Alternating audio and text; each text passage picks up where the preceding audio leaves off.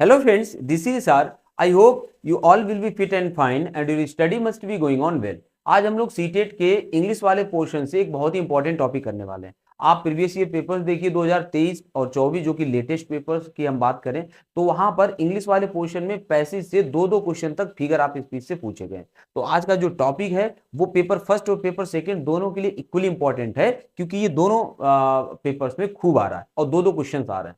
तो हमने यहाँ पर जो एग्जाम्पल्स लिए हैं, जो टाइप लिए हैं, वो बहुत ही अच्छे हैं, जिनसे आपको जितने भी तरह के मेन फिगर ऑफ स्पीच हैं वो सभी क्लियर हो जाएंगे। 4-4 5-5 एग्जाम्पल्स हमने आपको दिए, ठीक है। तो आई होप जब आप ये क्लास फिनिश करेंगे तो कम से कम 2 नंबर आपके यहाँ पर तैयार हो जाए।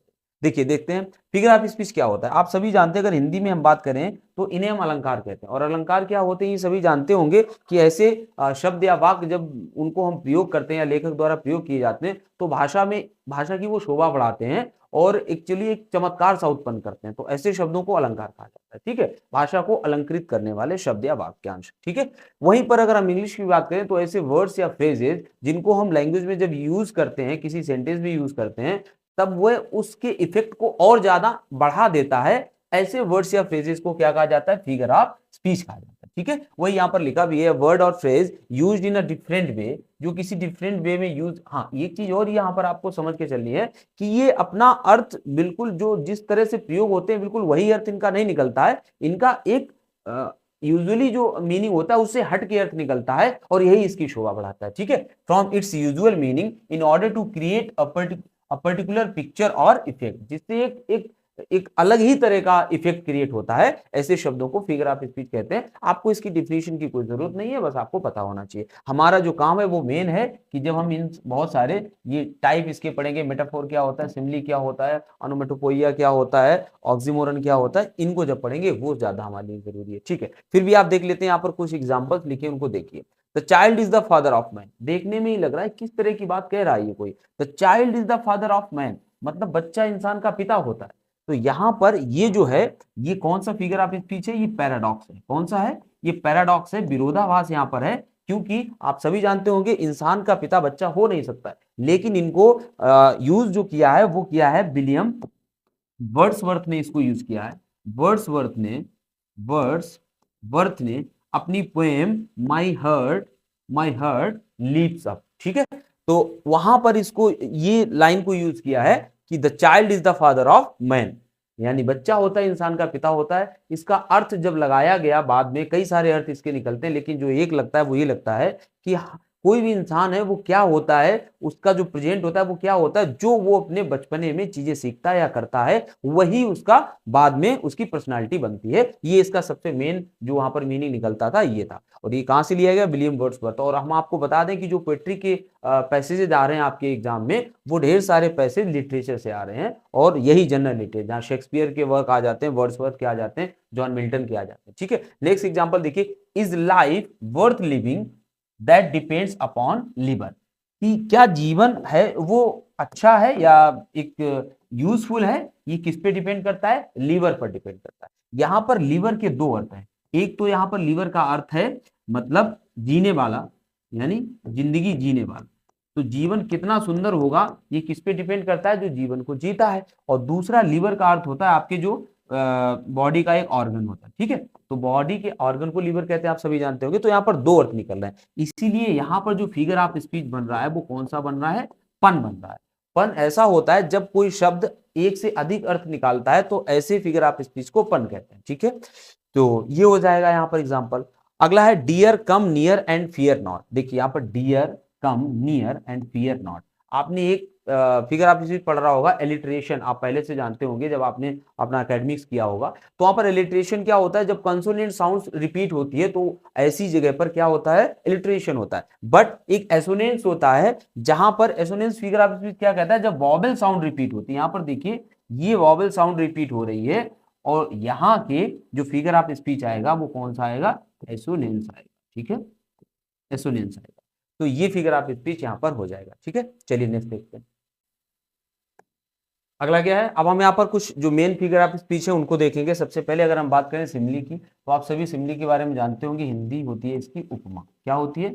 उपमा अलंकार, ठीक है। उपमा अलंकार क्या होता है? जब किसी भी चीज की हम दूसरी किसी भिन्न चीज के साथ किसी समान गुण को लेकर तुलना करते हैं तो ऐसी जगह पर कौन सा अलंकार होता है, सिमिली होता है, और यहाँ पर तुलना करने वाले शब्द भी प्रयोग किए जाते हैं। ठीक है, तो यहाँ पर आप देख लीजिए इसकी जो डिफिनेशन थोड़ी सी लिखिए। In a simile a comparison is made between two different object. सबसे जरूरी यहाँ पर आपको देखना है, जो कंपैरिजन किया जाता है वो टू डिफरेंट ऑब्जेक्ट्स के बीच में किया जाता है ना।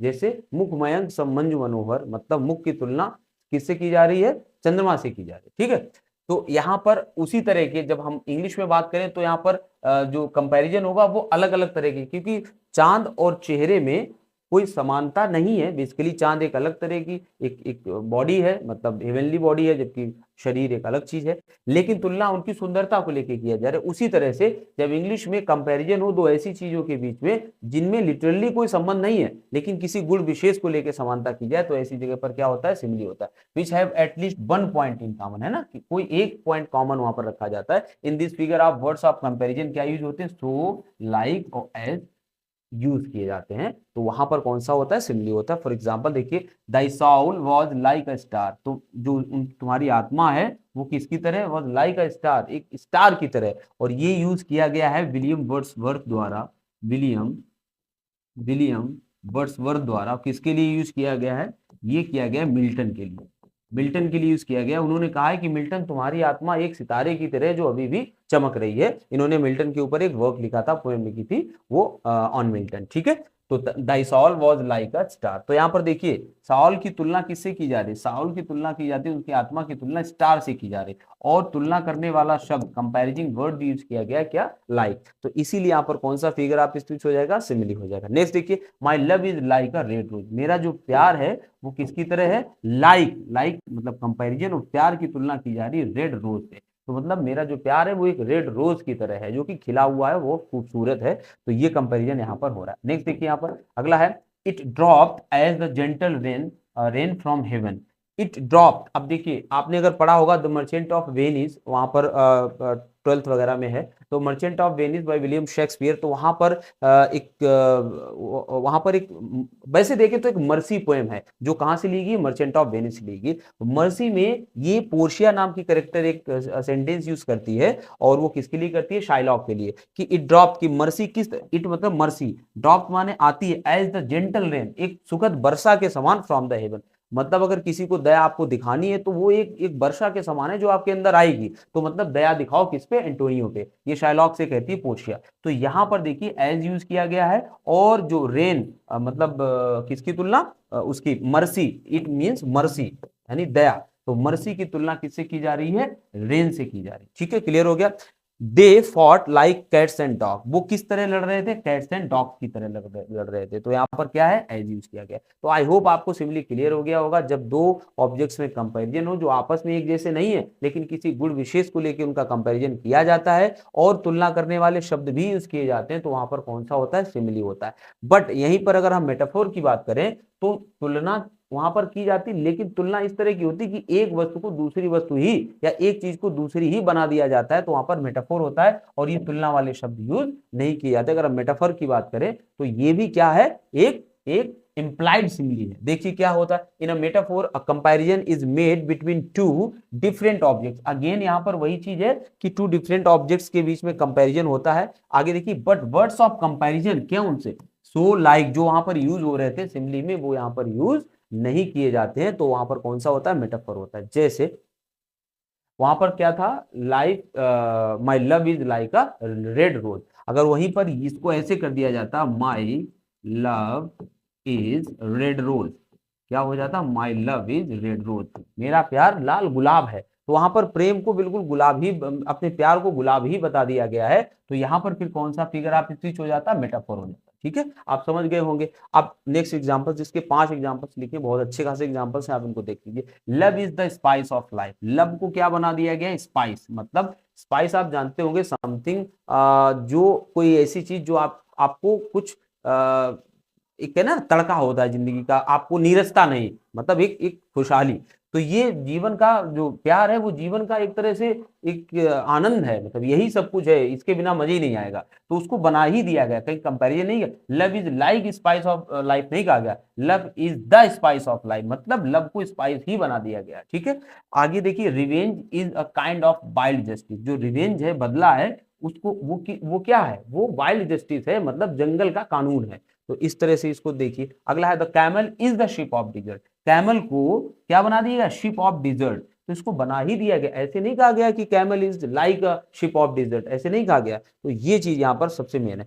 Friendship is a sheltering tree. जो दोस्ती होती है वो आपको क्या देने वाली होती है, मतलब एक तरह से आप वहां पर शरण ले सकते हो। तो शरण देने वाले वृक्ष है, वृक्ष के समान नहीं है, जो दोस्ती है वो शरण देने वाला वृक्ष है, मतलब आपको जब भी जरूरत होती है तो वो आपके साथ खड़ा होता है। आगे देखिए, life is a tale told by an idiot. Life एक टेल है, एक कहानी है। यहाँ पर जीवन को क्या बना दिया गया, कहानी बना दिया गया है। और आगे क्या कहा गया, टोल्ड बाय एन इडियट, जो किसी बेवकूफ द्वारा कही गई है।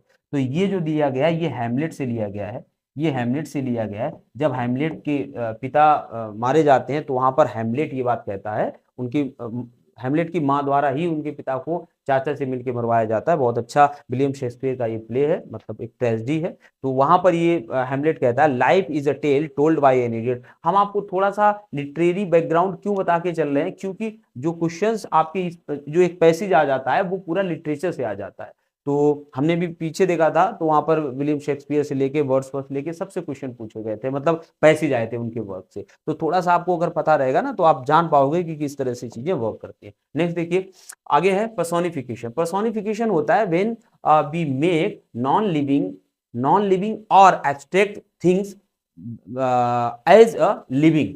जब हम नॉन लिविंग और एब्स्ट्रैक्ट थिंग को कैसा कर देते हैं, कैसा प्रस्तुत करते हैं, लिविंग की तरह प्रस्तुत करते हैं, तो वहां पर कौन सा फिगर ऑफ स्पीच होता है, पर्सोनिफिकेशन होता है। मानवीकरण, अगर हम हिंदी में बात करें तो इसकी होती है मानवीकरण, मानवीकरण। ठीक है, तो यही हो जाएगा। इन पर्सोनिफिकेशन इन एनिमेट मतलब non living, in animate objects and abstract ideas. Abstract ideas क्या होते हैं, जैसे मौत हो गया, दुख हो गया, सुख, ये सब एब्स्ट्रैक्ट आइडियाज। ठीक है, are thought of as having life. कैसे उनको प्रस्तुत किया जाता है, जैसे उनके अंदर जीवन हो। That is personification is to endow intelligence and personality to inanimate things. उनको ऐसे प्रस्तुत किया जाता है या उनको ऐसे नवाजा जाता है, इंडो ने नवाजा होता है, नवाजना होता है कि उनमें बुद्धि है और उनकी एक अपना व्यक्तित्व है। ठीक है, things to give impression as if they were living being. Clear हो गया होगा आपको। अब आप एग्जांपल्स देखिए, सबसे जरूरी जो आपके लिए है। ठीक है, एग्जांपल्स क्या कह रहे हैं, कह रहे हैं death lays his icy hand on kings. Death lays his icy hands. आप बताइए, अगर हम हैंड की बात करें तो हैंड किसके होते हैं, किसी लिविंग थिंग के ही हैंड होते हैं, या मृत्यु के हाथ हो सकते हैं। लेकिन यहाँ पर जो सेंटेंस लिखा है वो ये कह रहा है कि मौत ने राजाओं पर अपने क्या है, बर्फीले हाथ मतलब रखे या पसारे एक तरह से। ठीक है, तो ये चीज है यहाँ पर कि या तो कोई एब्स्ट्रैक्ट आइडिया हो या फिर कोई नॉन लिविंग थिंग हो, उसको लिविंग की तरह यहाँ पर प्रस्तुत किया जाएगा। आगे देखिए, anxiety sitting on her face. दिख रहा था कि एंजाइटी उसके चेहरे पर थी, मतलब किसी को देखा तो अगर ऐसे कहा जाए कि एंजाइटी आपके चेहरे पर बैठी है, तो बैठी है, बैठना भी एक लिविंग क्रिएचर का ही गुण होता है। तो एंजाइटी तो एक एब्स्ट्रैक्ट चीज है, तो उसको भी यहाँ पर कैसे यूज किया गया, लिविंग की तरह यूज किया गया। लव इज ब्लाइंड, प्यार अंधा होता है। अंधा कौन हो सकता है, जिसकी आंखें होंगी, और आंखें किसकी होती है, किसी क्रिएचर्स की होती है। बट हम बात करें लव इज ब्लाइंड, तो यहाँ पर प्यार को अंधा बताया गया है, मतलब यहाँ पर प्यार को कैसा किया जा रहा है, मानवीकृत किया जा रहा है, जीवित बताया जा रहा है। Money is the only friend I can count on. पैसा ही वो मेरा दोस्त है जिस पर मैं विश्वास कर सकता हूं। अब विश्वास किस पे किया जाता है, किसी व्यक्ति पे विश्वास करोगे, तो व्यक्ति पे विश्वास करना, और ये पैसे पे विश्वास किया जा रहा है, तो मतलब पैसे को क्या यहाँ पर मानवीकृत किया जा रहा है। आगे देखिए, the last piece of pizza is calling me from the refrigerator. Refrigerator में जो लास्ट पीस, लास्ट पाई रखा है पिज्जा का, वो मुझे बुला रहा है। तो बुला रहा है मतलब आओ मुझे खा लो आके। ठीक है, तो आप समझ चुके होंगे कि ये क्या कहना चाह रहा है, पर्सोनिफिकेशन। नेक्स्ट देखिए,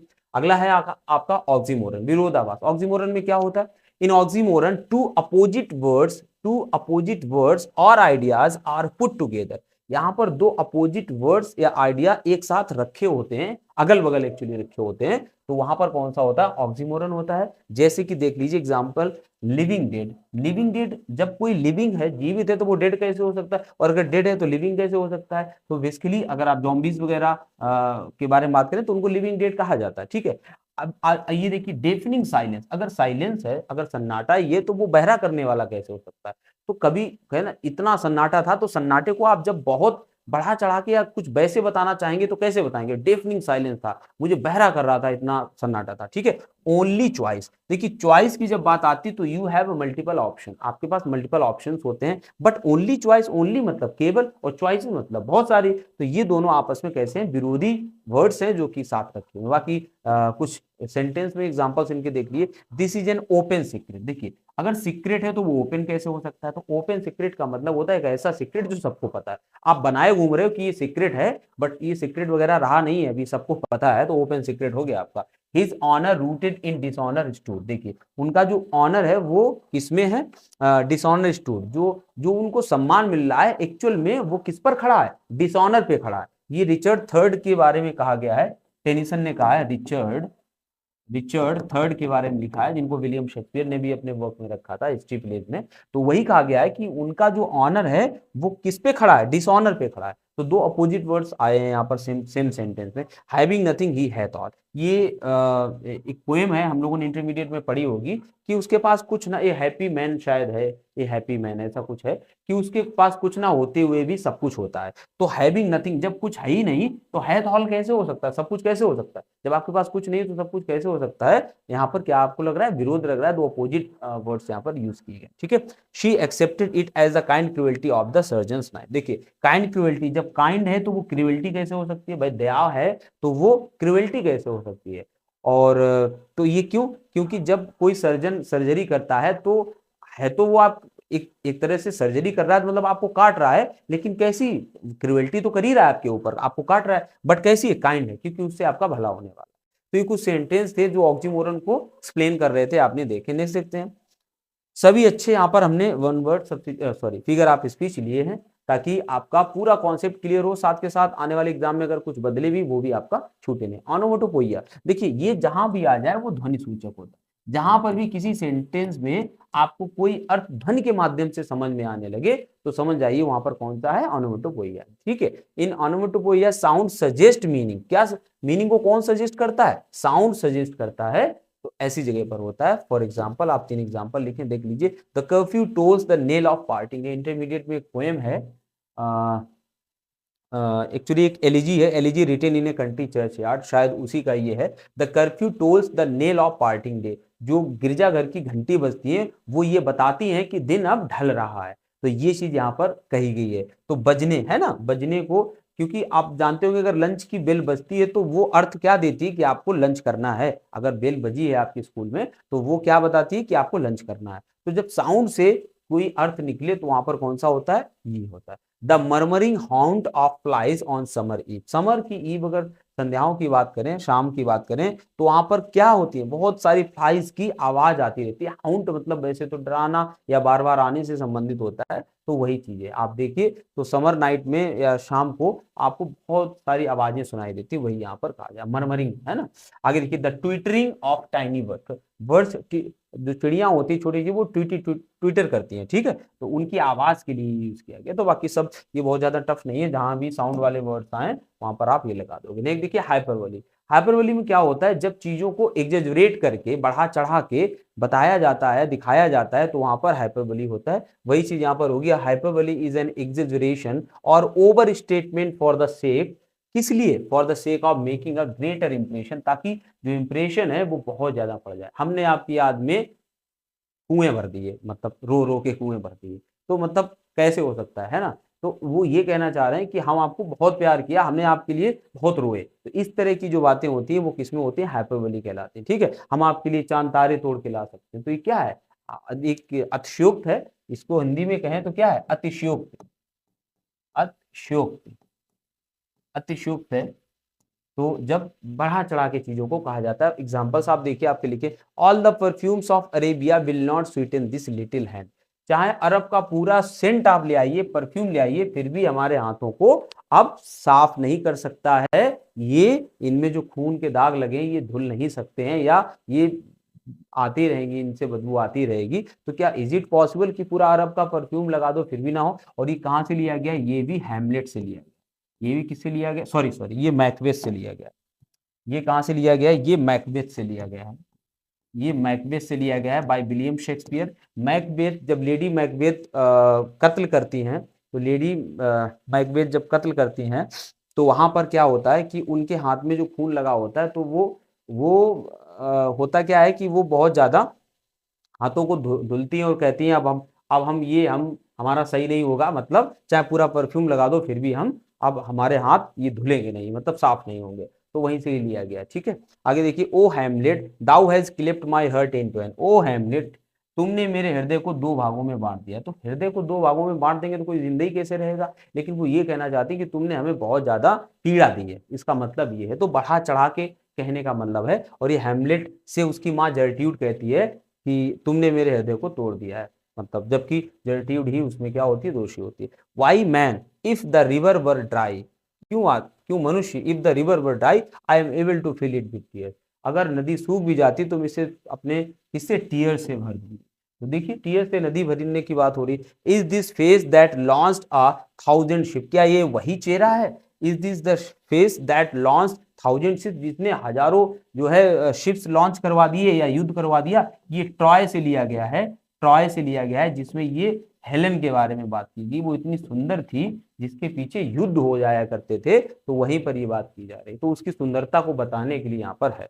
she wept ocean of tears, वह ओशियन ऑफ टीयर्स रोई, बहुत रोई। तो ये बढ़ा चढ़ा के कुछ चीजें हैं जो कि बहुत आसान होता है करना। नेक्स्ट देखिए आपको एलिटरेशन। एलिटरेशन आप जानते होंगे, जब कंसोनेंट साउंड की क्या होती है, रिपीटिशन होती है, तो वहां पर एलिटरेशन आता है। जैसे यहाँ पर देख लीजिए, in alliteration there is the repetition of words, क्या होता है, repetition of words of same sound और the repetition of same letter और the syllable at the beginning of two और मोर वर्ड्स। तो वहां पर क्या हो जाता है, एलिटरेशन होता है। ध्यान रखना, केवल दो में भी अगर रिपीटिशन हो जाए तो भी एलिटरेशन आएगा, और इससे ज्यादा में हो तो कोई दिक्कत ही नहीं है। जैसे कुछ एग्जांपल्स यहाँ पर लिखे हैं, Sally sells sea shells by the sea shore. तो यहाँ पर बार बार देखिए आप एस एस एस एस और एस लेटर बार बार रिपीट हो रहा है, जो कि एक कंसोनेंट है, जो कि ये क्या है, कंसोनेंट साउंड प्रोड्यूस कर रहा है। तो यहाँ पर कौन सा हो जाएगा, एलिटरेशन हो जाएगा। एसोनेंस कहाँ पर होता है, जहां पर वॉवेल साउंड आती है, हमने आपको पहले दिखाया था।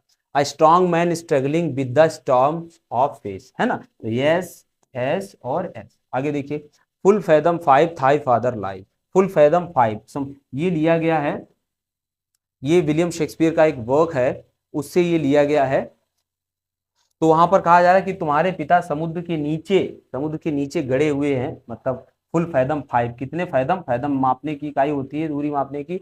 5 फैदम नीचे वो तुम्हारे पिताजी समुद्र में उनको वो गड़े हुए हैं, मतलब एक्चुअली मर गए हैं। तो वहां पर ये देखिए एफ एफ और एफ की बार बार रिपीटिशन हो रही है, इसीलिए यहाँ पर कौन सा है, एलिट्रेशन। ठीक है, बहुत ज्यादा टफ नहीं होता है। अपस्ट्रॉफ क्या होता है, जब हम किसी नॉन लिविंग या किसी एब्स्ट्रैक्ट को क्या करते हैं,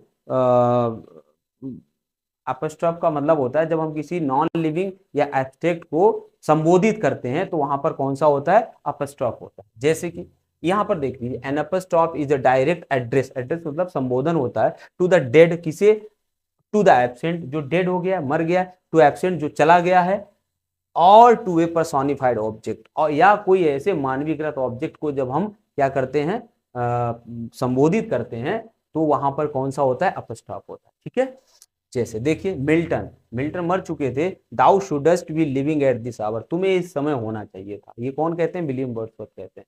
तो जो चला गया है, और यहाँ पर एक चीज और देखिए, एक्सक्लेमेटरी मार्क जरूर आता है सेंटेंस में, तो इस तरह का आपको पहचानने में भी आसानी हो जाएगी। जैसे लाइफ, अब जीवन से कोई क्या कहेगा, life, I know not what thou art but, मैं तुम्हारी कला को तो नहीं जानता हूं, बट नो, लेकिन जानता हूं, that thou and I must part, कि एक दिन हम लोगों को अलग होना है। जीवन से क्या कहा जा रहा है, जीवन में तुम्हारी कलाओं को तो नहीं जानता हूं, लेकिन इतना तो जानता हूं कि एक दिन तुम्हें और मुझे क्या होना है, अलग होना है। फ्रेल्टी ताई नेम इज वुमन, एक कमजोरी मतलब तुम्हारा नाम महिला है। ये भी हैमलेट से लिया गया। हैमलेट इसलिए कहता है क्योंकि उसकी माँ ने 2 महीने भी नहीं हुए थे उसके पिता के मरने के बाद, और अपने चाचा से शादी कर ली थी, मतलब इसके चाचा, हैमलेट के चाचा से शादी कर ली थी। तो वो ये कह रहा है कि बताइए महिला कितनी कमजोर होती है, और आप इतना भी नहीं मतलब रह पाए, रुक पाए। तो वही तभी ये कहता है, felt he Dai name is women, कि तुम्हारा नाम ही मतलब क्या है, महिला है।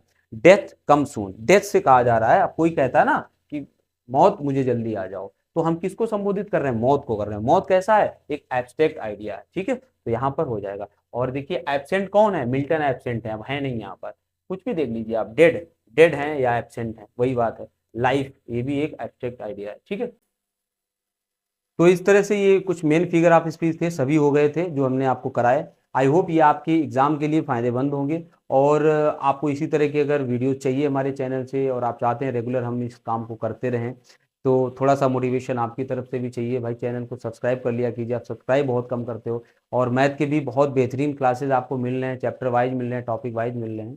तो चैनल पे आपको आपकी परीक्षा से संबंधित बहुत सारा मटेरियल एग्जाम तक हम देने वाले हैं। तो थोड़ा सा शेयर सब्सक्राइब भी कर दिया कीजिए, ताकि हमें भी मोटिवेशन मिले, काम करने के लिए प्रेरणा मिले। Thank you for watching.